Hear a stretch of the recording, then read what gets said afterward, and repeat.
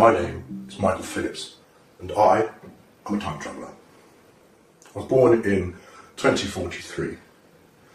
At the age of 18, I joined the army, had a few years there, and then I was recruited into the SES, the 21st SES Regiment to be exact.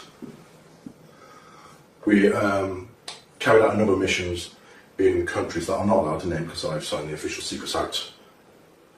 And from there, I was contacted by a government department that called themselves Section 18.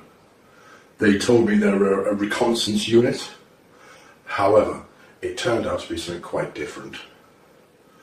So I was then transferred to MOD Boston Down, and there they took me into a hangar, and in that hangar I saw this 8-foot sized spheroid object.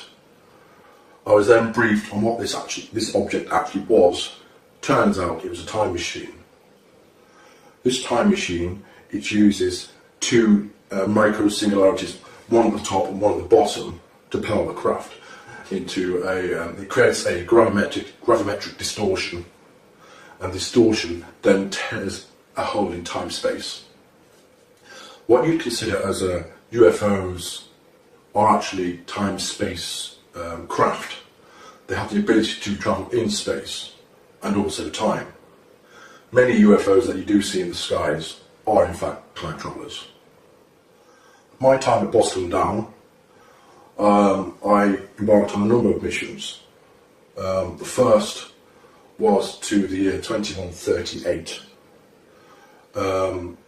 which was very interesting because it was not at all like I know the Earth to be now.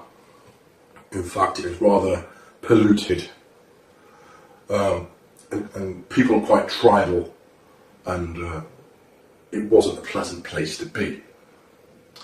Anyway, a little bit more about my time, 2075.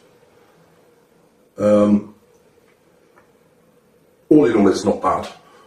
There were a number of Earth changes which I do want to warn you about, which did change the Earth. Global warming continued. The major governments of the world did nothing to change that at all. So this is kind of a plea to change your ways. Another time traveller from, I think it was 2038, he came back. His name was Titor. He came back to 2000, I do believe. And he thankfully stopped a civil war in America, which was supposed to kick off in 2008. However, he got involved with the American intelligence authorities and the time travel program there. And it was decided that America needed a single unifying event to bring the country together and to avert a civil war. And that event was 9/11. Titor went back, I do believe it was May of 2001, just before 9/11 happened. So that's what happened there, and he did change the timeline so the civil war in 2008 didn't happen. More towards where we are now, where I am in 2018, which is odd because it's the first time I've travelled backwards in time. I've always travelled forwards. There is a limited nuclear exchange in 2019, March of 2019. That does involve North Korea. They attempt to launch a nuclear missile at Honolulu in Hawaii, and then the US responds with 2 cruise missile nuclear-laden missiles to Pyongyang and takes that out. So Kim Jong-un was no more at that point, and a lot of his government was taken out too. With the turmoil that ensued after that, World War III did start in 2020. It was a limited war though, thankfully. It only lasted 3 years. China and Russia were against the UK, America, and a few other countries. And all in all, it was a very fast but brutal war. Countless millions were killed. Nuclear weapons were used in a very limited capacity. Very limited, thankfully. Just battleground nuclear weapons. What else can I tell you? Oh yes, 2022, California, LA to be exact, is hit by what they term the big one. There was a very, very massive 10.2 magnitude earthquake there, which completely decimated the city. It actually cracked the fault line straight across California, and as a result, California sits a good 10 feet lower than it used to. With rising sea levels, that did cause California and surrounding areas to be flooded and to no longer be habitable for people. People had to move out. What else can I tell you? Donald Trump,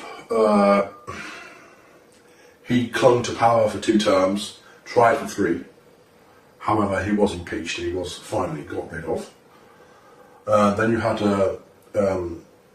Oprah Winfrey, believe it or not, try and run for the presidency. She was not successful. There was a man called Michael McIntosh who actually succeeded. I'm not sure if he's a name that's about at the moment, but that was in the mid to late 2020s. On the plus side, in the mid 2020s, we did land on Mars. We had the first man on Mars, which was good. It wasn't by NASA at all, it was by SpaceX and Elon Musk. They sent a number of missions up there in the early 2020s to prepare for the manned mission to Mars. By 2032, there was a lunar and Martian base. And towards when I was born in 2043, we were beginning to make commercial efforts to reach out to the solar system, to mine the asteroids and the moons of Jupiter for resources. So there are quite a lot of trillionaires in my time who own their own space stations, and they are very powerful people. You don't know how to cross them. So a little bit more about the time travel project itself. As you can imagine, in my time, when I was born in 2043, up until I joined the program in 2075, there was a lot of money about. Trillions upon trillions upon trillions. I couldn't even guess how much money in the world or the solar system.